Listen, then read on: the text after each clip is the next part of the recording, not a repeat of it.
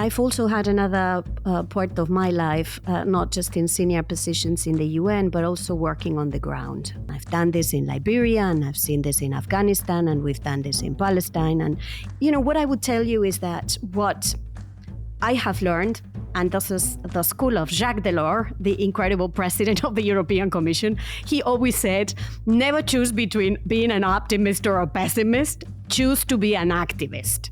And this is what I try to apply in my life. Be an activist. Welcome to the Restispolitics Leading with me, Rory Stewart. And me, Alastair Campbell.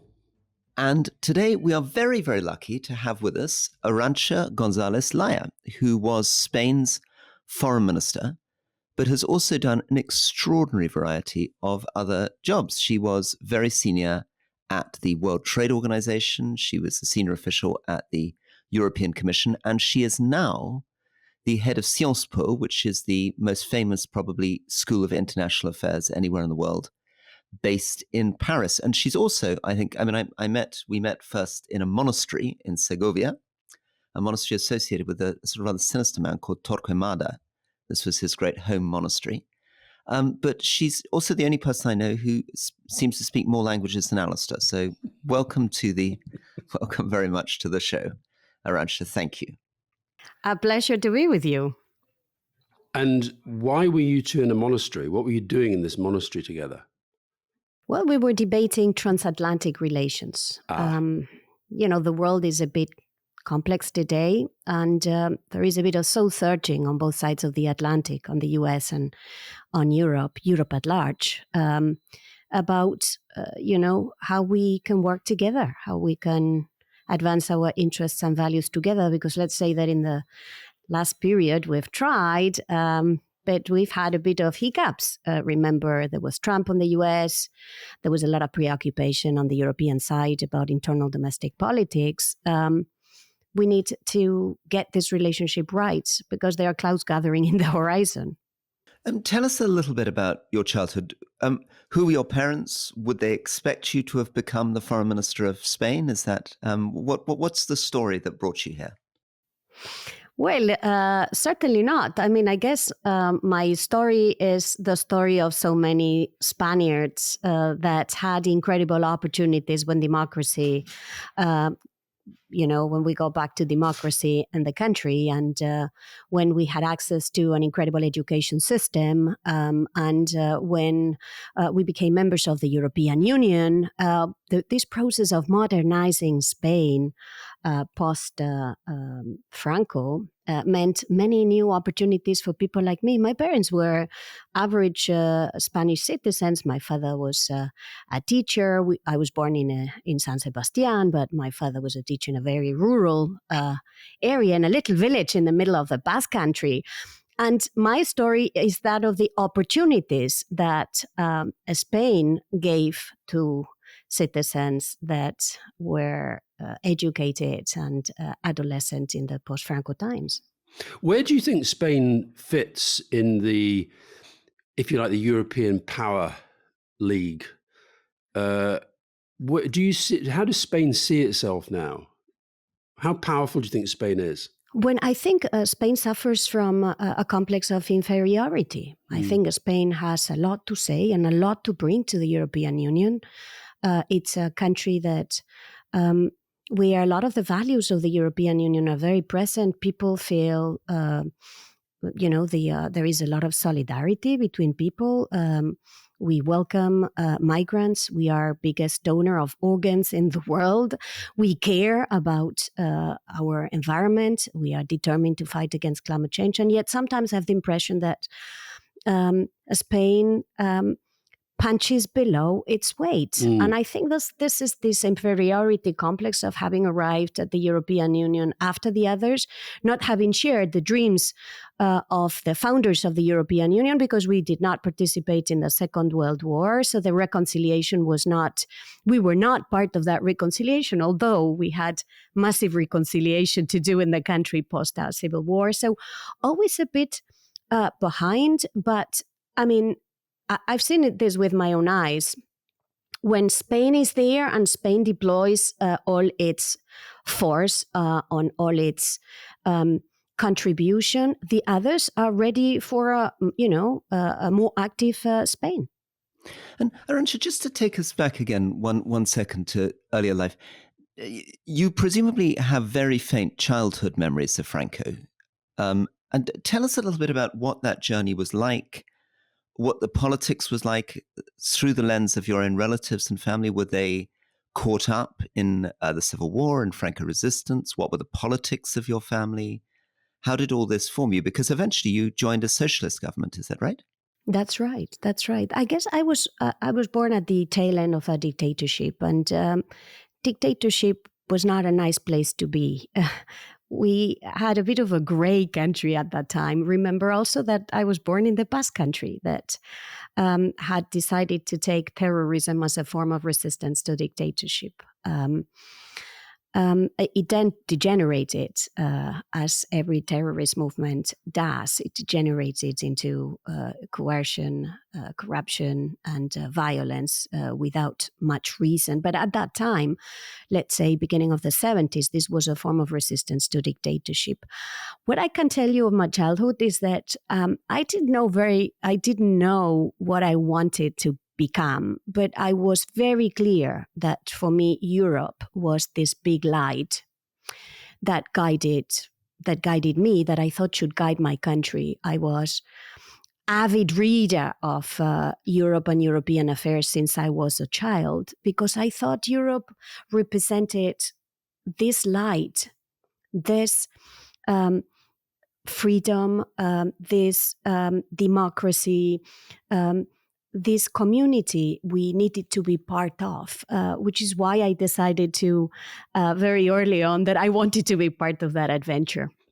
Just for listeners who perhaps don't know that much about Spain, how would you educate them about the issues? You mentioned growing up in the Basque region, and we do hear a lot about Basque separatism and about Catalonia. Just give us your sense of what the basic issues are that drive the separatists. What is it, beyond the obvious, what is it that they want, and what makes them feel that they're not Spanish in the way that you feel you're Spanish? Well, I think what we have is a country that is very diverse, where our feelings of belonging to Spain are diverse depending on the part of Spain you're at. And diversity is, the European Union is diversity, right? So I've always felt that this diversity was something that you could manage to be Spanish and yet feel very strongly about your specific region, that you could speak your regional language, the Basque language in my case, that you could love the literature, the gastronomy, the traditions, that you could cry with the music of that region and still feel Spanish. And I think this is perfectly possible, because this is what the European Union is also. It's unity in this diversity. Now, this diversity has different manifestations. We've got in Spain citizens, a small part, but we need to be respectful of their beliefs, that don't want to be part of Spain. They want to break away. A majority in those regions that want to have degrees of autonomy for their regions. They want to have a say in how they organize their affairs, including in the Basque country, fiscal autonomy. And then there is another big chunk of citizens in those regions that feel very strongly that that region has to be part of Spain. So in a way, we have to learn to marriage the specificities with this belonging to Spain firmly anchored in the European Union. And that recipe is not always easy, because sometimes, and this is what we've experienced in the recent past, those that want to break away decide to take steps that are dramatic, including organizing a referendum of independence, although this is not unilaterally, although this is not accepted in our constitution. I think what we have is a constitution that gives us the possibility to express their diversity. while being part of Spain. That's the recipe. It's not an easy recipe. I grant you, and we always have to be trying to accept these differences. Not everyone accepts this. We've also seen, in a way, the rebirth of Spanish nationalism, and this is our constant quest for diversity within unity. And Arancha, just help us on that one, because both Alastair and I are of Scottish heritage, but obviously live in the United Kingdom, and it feels to me that there is a bit of a difference in the way that I was very upset actually when Scottish referendum happened, that so many people in England seem not to care.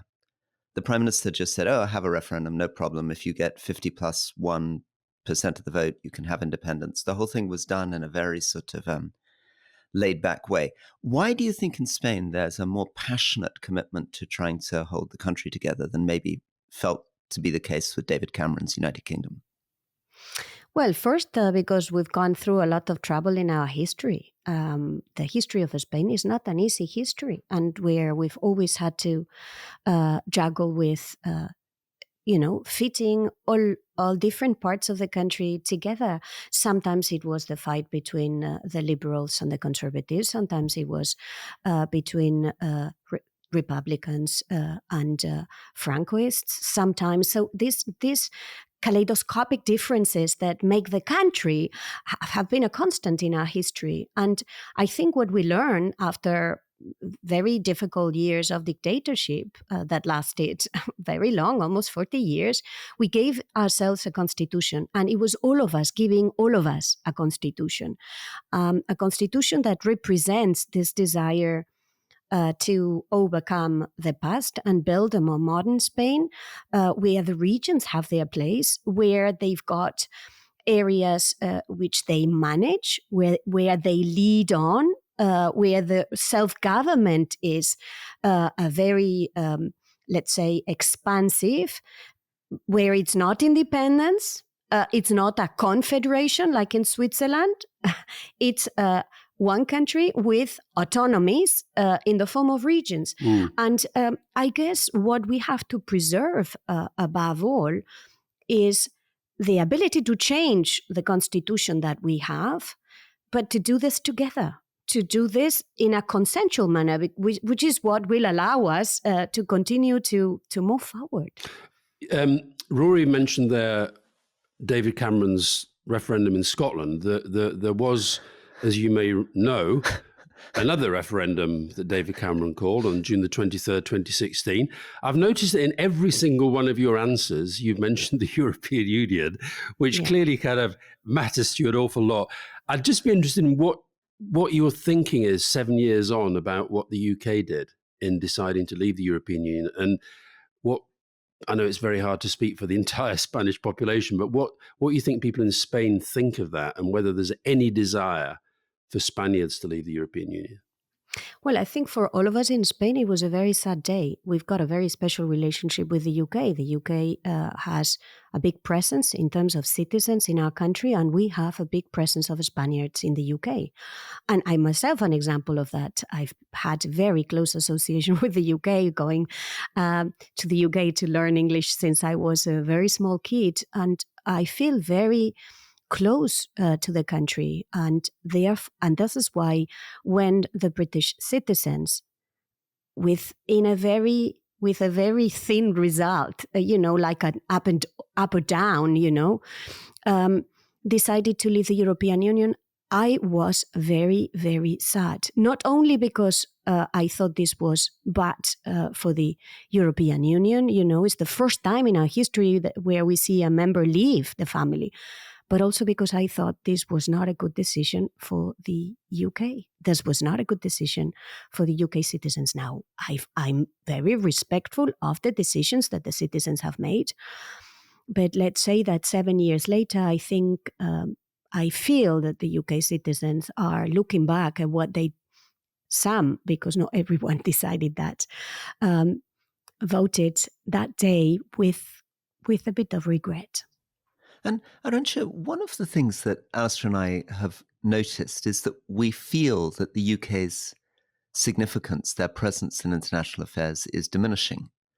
I've been very sad, for example, at the big cuts to the international aid budget. I feel that when people are discussing Africa, the UK seems less relevant. It seemed less relevant at UNGA. Do you feel that by leaving the European Union, Britain, paradoxically, instead of what the Brexiteers hoped, that its international influence would increase, in fact, its international influence has decreased? Of course, because we're living in a world of giants, where in order to be able to shape internationally, to have an influence, to have a say on international trade, or to be active in mediating in conflicts, or you've got to have a size. Now, the UK has an incredible history and lots of relationships with many countries around the world.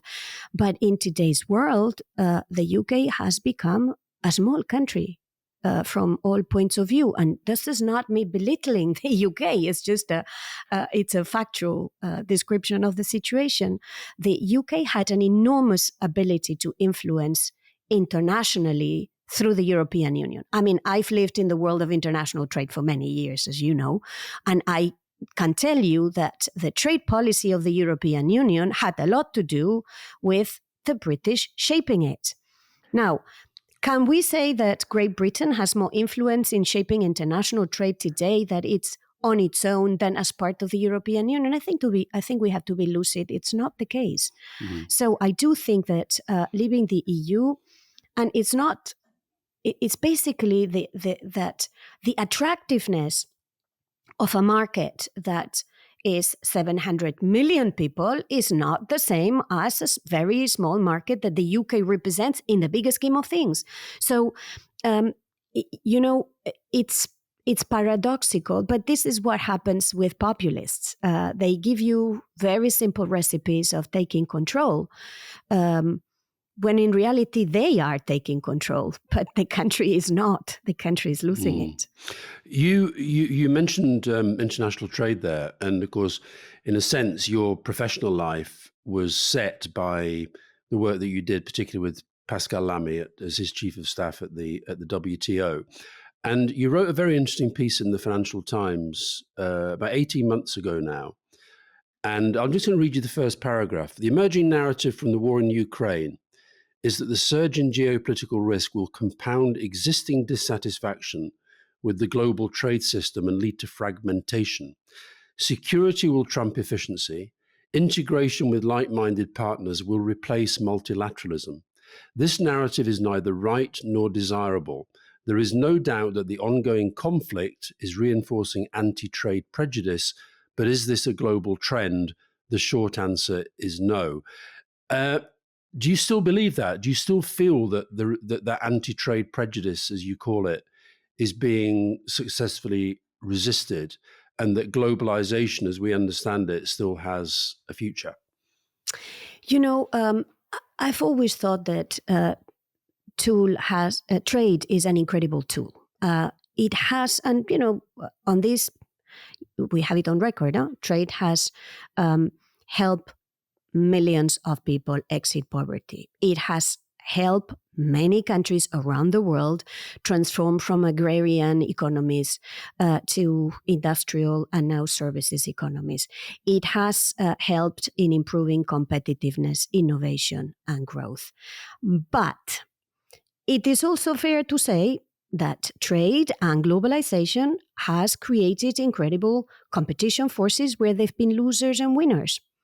And in some parts of the world, we've taken care of the losers. In some other parts of the world, we have not. And in the parts of the world where we have not taken care of the losers, there is a big resentment against trade. There is a big resentment about globalization. So I think what history tells us is that if we want to keep markets open, if we want to keep international trade generating growth, competitiveness, and innovation, we have to do more than simply trade policies. We have to look at social safety nets. We have to look at education, retraining. We've got to look at investments in healthcare. We've got to look at research and development. We've got to look at infrastructures, housing. All of this has to be part of a serious economic policy of open markets. I worry in particular about the US. Why am I saying this?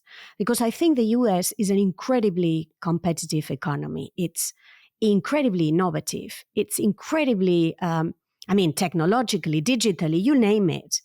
And yet, the capacity of the US to remain a market open to others, open to its own companies, is a risk by the lack of investments in social safety nets, by the absence of a very serious domestic consensus between the two big parties, Republicans and conservatives, and Democrats, that you have to invest in those social safety nets too. Because if not, what we will see is a big backlash against open markets, a desire to retreat behind domestic borders, isolationist pulsions that we already see appearing. So I think it is important to also make the case for open markets, but a strong social safety nets. The two need to be clearly on the table, especially now that we've got this new disruptor called technology, called artificial intelligence, that's going to be an even bigger game changer, and which we have to learn also to respond to. We cannot just simply tell our citizens, technology is great, get on with it. No, we need a serious discussion about social safety nets, a new social contract. Arancha, your life sometimes feels like a kind of parable of the world's period of optimism and then the period of pessimism. I mean, you seem in many ways a kind of symbol of what was extraordinary about the 80s and 90s, the emergence from dictatorship to democracy. In Spain, joining the European Union, you were very much there. You were in the Commission as the trade spokesman and the age of the great liberal optimism of the early 2000s. So you really saw the kind of positive, optimistic story of open trade, liberal global order, Western values, the spread of democracy around the world. And then by the time you became foreign minister, you were into a much more difficult age. You became foreign minister into the age of populism. Poland had gone, India had been taken over by a populist, Britain had had a Brexit referendum, Bolsonaro was in Brazil, Donald Trump was in the United States. What happened you were there right at the core of this. What happened in your lifetime? How is this possible that the world went from the passionate optimism of the late 80s, the 90s, early 2000s, your early working life, into this much grimmer world that you inherited as a foreign minister? He's not blaming you, by the way, Arancha. He's just asking you to observe. No, and I've been observing this. I think there has been, there has been a massive redistribution of power in the world. And this redistribution of power in the world, when I joined the labor market at the beginning of the 90s, China represented 2% of the world economy. Today, it represents 20% of the world economy. By the way, a world economy that has massively increased. I'm saying this about China, but I could say the same about Indonesia, about India, about Turkey, about Mexico, about South Africa. The distribution of power in the world has changed. And we've not been too successful in reorganizing the institutions, the mechanisms and the rules that we've given ourselves to govern this international sphere, whether it's the IMF or the World Bank, whether it's the World Trade Organization, whether it's the United Nations that still has a Security Council that looks very much like 20th century, in a 21st century where the balance of power has changed. But I think we also have to acknowledge that there's been a big questioning of liberal democracies within liberal democracies. We've seen also the attempts to hollow out liberal democracies from within, maybe because of the huge changes that our countries have also gone through and are going through, whether it's the changes related to technology, which has changed labor markets fundamentally, whether it's climate change that is obliging all of us to reform the manner in which our economies work and the manner in which we consume. These are all big transformations.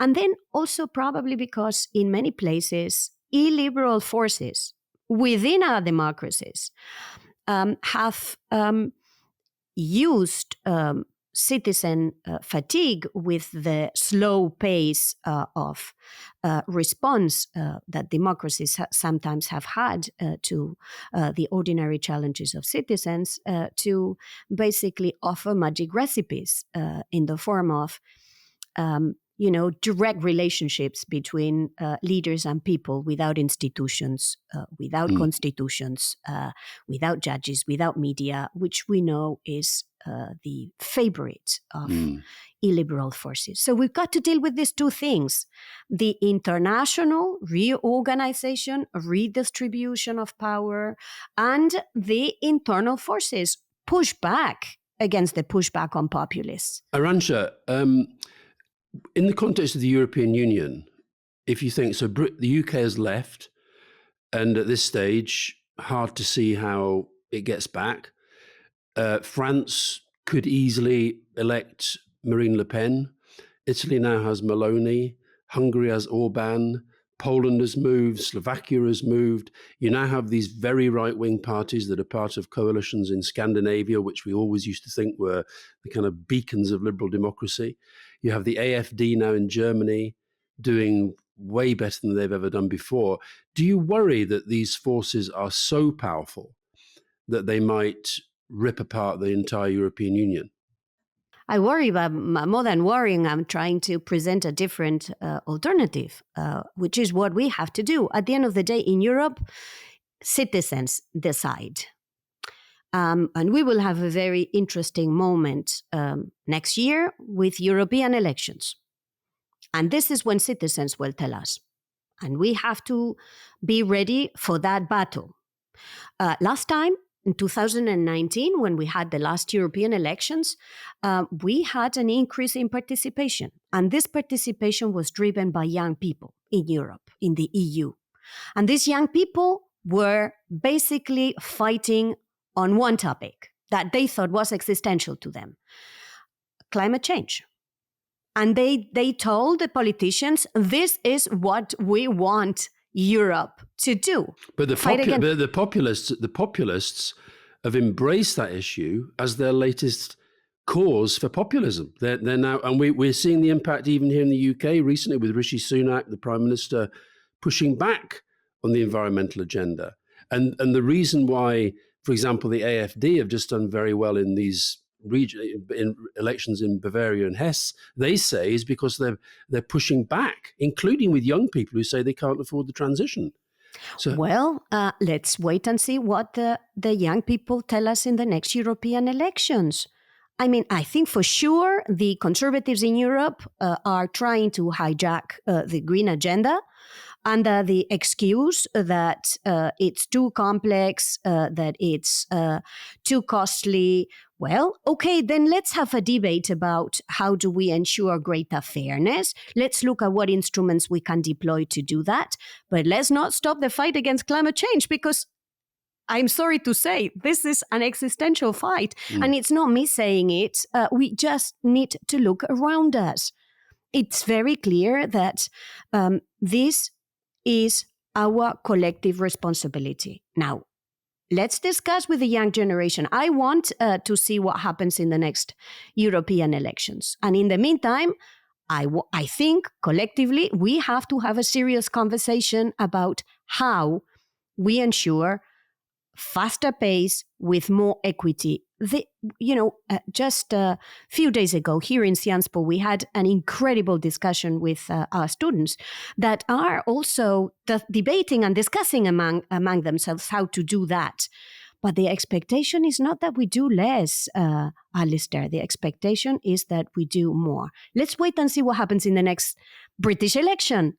Let's wait and see if the electorate in the British election are ready to row back on the fight against climate change when every citizen in the UK is feeling already the impact of climate change.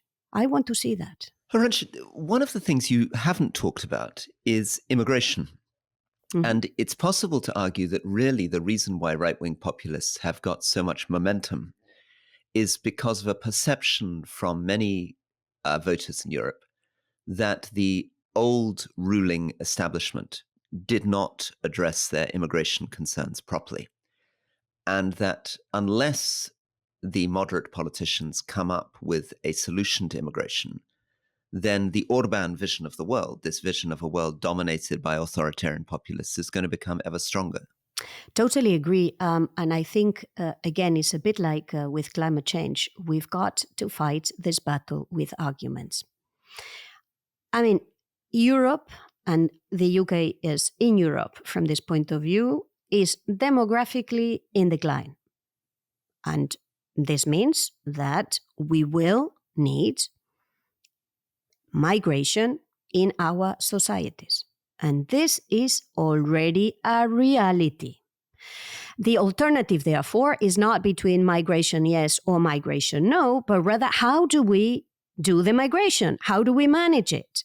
Do we let the mafias control migratory flows into our territories, or do we organize this migration working with countries of origin, devising mechanisms to train the people that we would need in our own labor markets in the countries of origin? Will we organize social security, proper contracts, proper salaries? This is so what we need to do is manage the migration. Now, we've got and frankly, this can be done. When I was foreign minister working with my colleague, the Minister for Migration, we started doing that. We started doing agreements with countries. We did this with Senegal. We did this with a couple of Central American countries. Arancha, sorry, just to interrupt for a second. So, for example, one of the ideas we've been discussing is whether the UK, for example, could say, we will accept a certain percentage of our population in asylum every year. So let's say 0.05, maybe the UK takes 40,000 people a year, but it returns the people who cross on boats from France, because France is a safe country. There's no reason for us to be taking people from France. Instead, we should be negotiating with the European Union to take people who are in genuine need and sharing the burden fairly. Maybe every country should try to agree a percentage of the population they take. What do you make of this?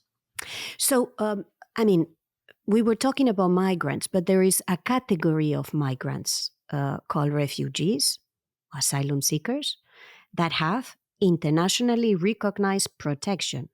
These are the people that are fleeing wars, conflict, persecution, political, sexual, etc. Very soon, we will have in that category too those that are fleeing the impact of climate change, because we are seeing countries will disappear as a result of climate change. The rise in the level of the seas will lead to countries disappearing. And we will have to deal with those climate migrants or climate refugees.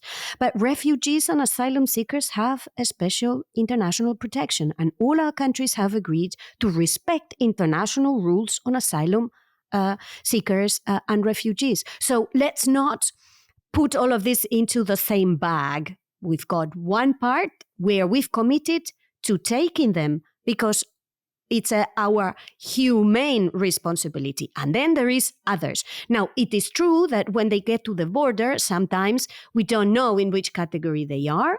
And it's fair to say that many asylum seekers coming to our borders ask for asylum. In reality, they are not, they don't fall into that category. But I think we have to make a very serious distinction. And in that distinction, obviously, internationally, we have to look at how do we share the responsibility of welcoming these citizens, again, that are fleeing conflict. And frankly, with the multiplication of conflicts around us, this task is going to be a more complicated task, which is why we would do well also in working towards managing conflicts as opposed to fueling them if we were responsible. Okay, so you spent 6 years of your life as an Assistant Secretary General at the United Nations, and you mentioned earlier that the United Nations at the moment feels very last century. Hasn't really caught up with a lot of the geopolitical, geostrategic changes that have happened. So both based on your experience at the UN and your experience now looking at it from the outside, as it were, is it fit for purpose, and what possibly can replace it when we have these massive international challenges? So I think there are different parts of the UN. Well, first, the UN is the members that make the UN seated around the table making decisions. They are the shareholders of the organization. And frankly, because at the moment, they are not in a very healthy shape. They are not at the moment in a very cooperative mood. The situation of the UN is not good. Now, the UN is also the thousands of people that work in the UN. The UN is also the humanitarian agencies that today are in the front line of all the conflicts that are happening in the world, including in Ukraine, including in Gaza, including in Myanmar, including in Sudan. These are the men and women that fight for all of us every day, for giving shelter, giving food, managing humanitarian situations.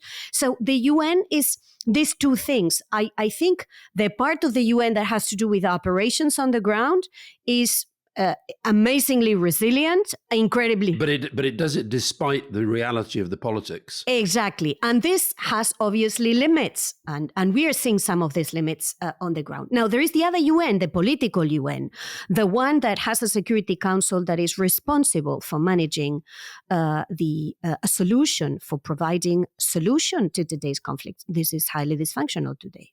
And this is where we need a reform of the political structures and the political compact in the UN. The Secretary General has launched this Summit of the Future for next year, where he is advocating for addressing some of these challenges. I don't think we can replace the UN with something else. I think the hard reality is that we have to work to change what the UN is today in a manner that is more inclusive, but also a bit more efficient. And would you change the permanent five structure? If you could. I think we need to add others into that mix. Clearly, these five permanent members don't represent the world of today. Arancha, one of the possible, I guess your life is spent at a lot of these very grand meetings. You know, you were senior at the EU, you were senior at the UN. I imagine you go to the Munich Security Forum, the World Economic Forum, Davos or something. When you're sitting at all these things, what is your sense of this international conversation, sitting there listening to all these presumably predominantly men chit-chatting about the state of the world? Is it a very depressing experience to spend years doing this? Well, first I would tell you that I've also had another part of my life, not just in senior positions in the UN, but also working on the ground. Heading the International Trade Center, which is a development agency of the UN and the World Trade Organization, working to help informal entrepreneurs, small and medium enterprises, women in business participate in international trade. And I've done this in Liberia, and I've seen this in Afghanistan, and we've done this in Palestine, and in so many other parts of the world. So let's say that I've also seen the realities on the ground. And you know, what I would tell you is that what I have learned, and this is the school of Jacques Delors, the incredible president of the European Commission, he always said, never choose between being an optimist or a pessimist, choose to be an activist. And this is what I try to apply in my life. Be an activist. Of course, if I sit in some of these conversations, I would be totally depressed, but I always have to think, what can we change? For small that this something is, where can we have an influence? Where is there space for small little progress, a dialogue, a cooperation, which is why today in this very fractured world, in this very polarized environment, I keep on insisting that we've got to keep bridges open for dialogue and cooperation. Tell us a little bit about feminism. Tell us about whether being a woman matters in these contexts and what you think your perspective as a woman brings when you're listening to these conversations, or indeed when you were Foreign Minister of Spain. No, I would tell you that that feminism has also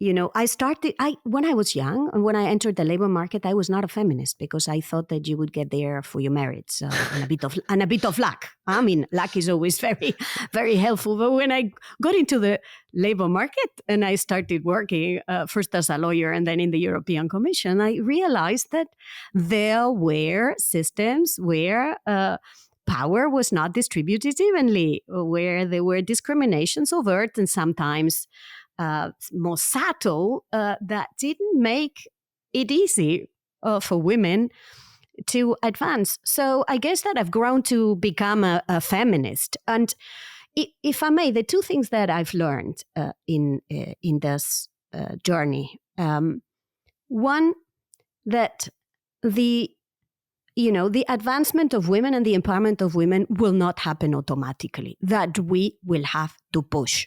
And especially now when there is a big pushback, because feminism has also been captured into, ideological fights on the right and on the left. We have to push to make this an issue of societies, not an ideological issue. It's fundamentally in our countries, which are democracies, is a democratic issue. But the second thing I've learned also is that this is not a fight of women working with women to advance the cause of women. This is about men and women working together. And it's not going to happen if we are not convinced that this is not a zero-sum game, that this is positive for men and positive for women.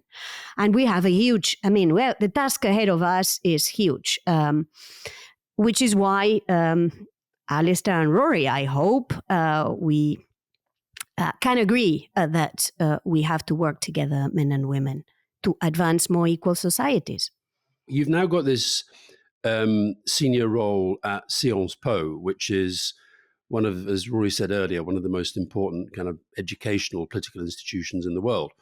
And I spoke there, I think this was before you took over, but I spoke there a while back. And there's some very, very clever people there. But I sort of sense that even in that younger generation, there's a cynicism about the capacity of politics to make proper change. And I wish I'd spoken to you before I wrote my last book, which is about being an activist, because I thought what you said there is, not pessimist or optimist, but activist. I think that is so important. But how do we fire up a generation that has grown up in this populist world, actually knows no other world, and knows no other world than social media and disinformation and all the other stuff that we know about?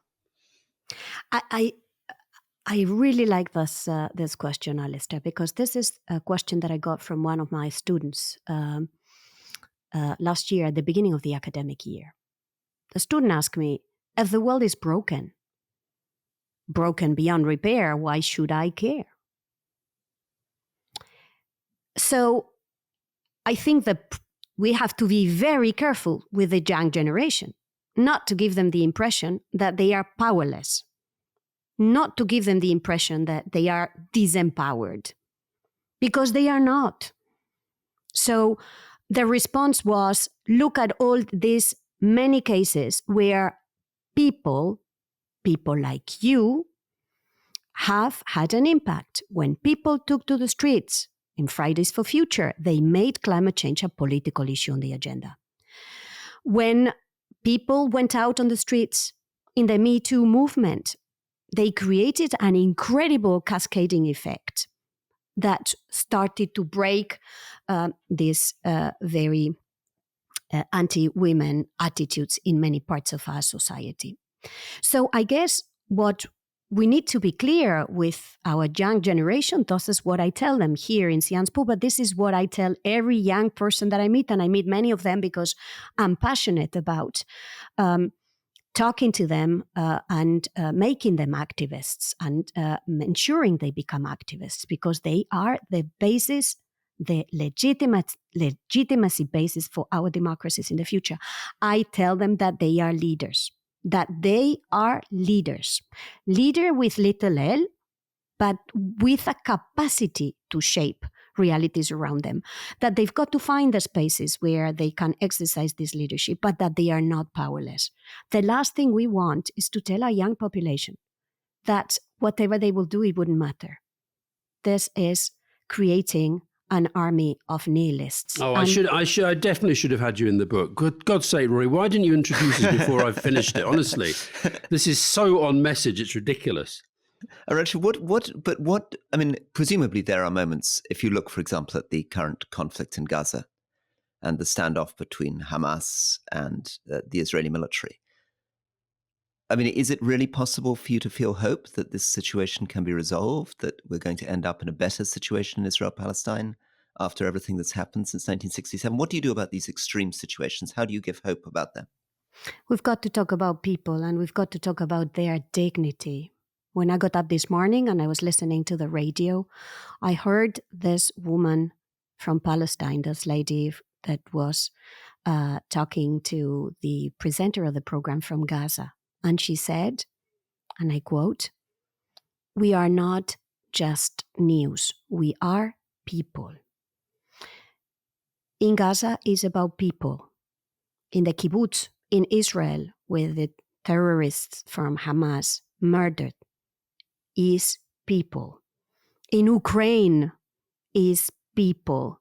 In Myanmar is people. So we got to go back to people and their dignity and their rights and our collective obligation to defend and stand up for them above distinctions of race, religion, political affiliation, and the rest. We are people. So we got to go back to that. And I know it's tough, and I know that it will, in the case of Israel and Palestine, this conversation about people is rendered more difficult by radicals. And we also have to deal with that. But I think the majority of us care about people.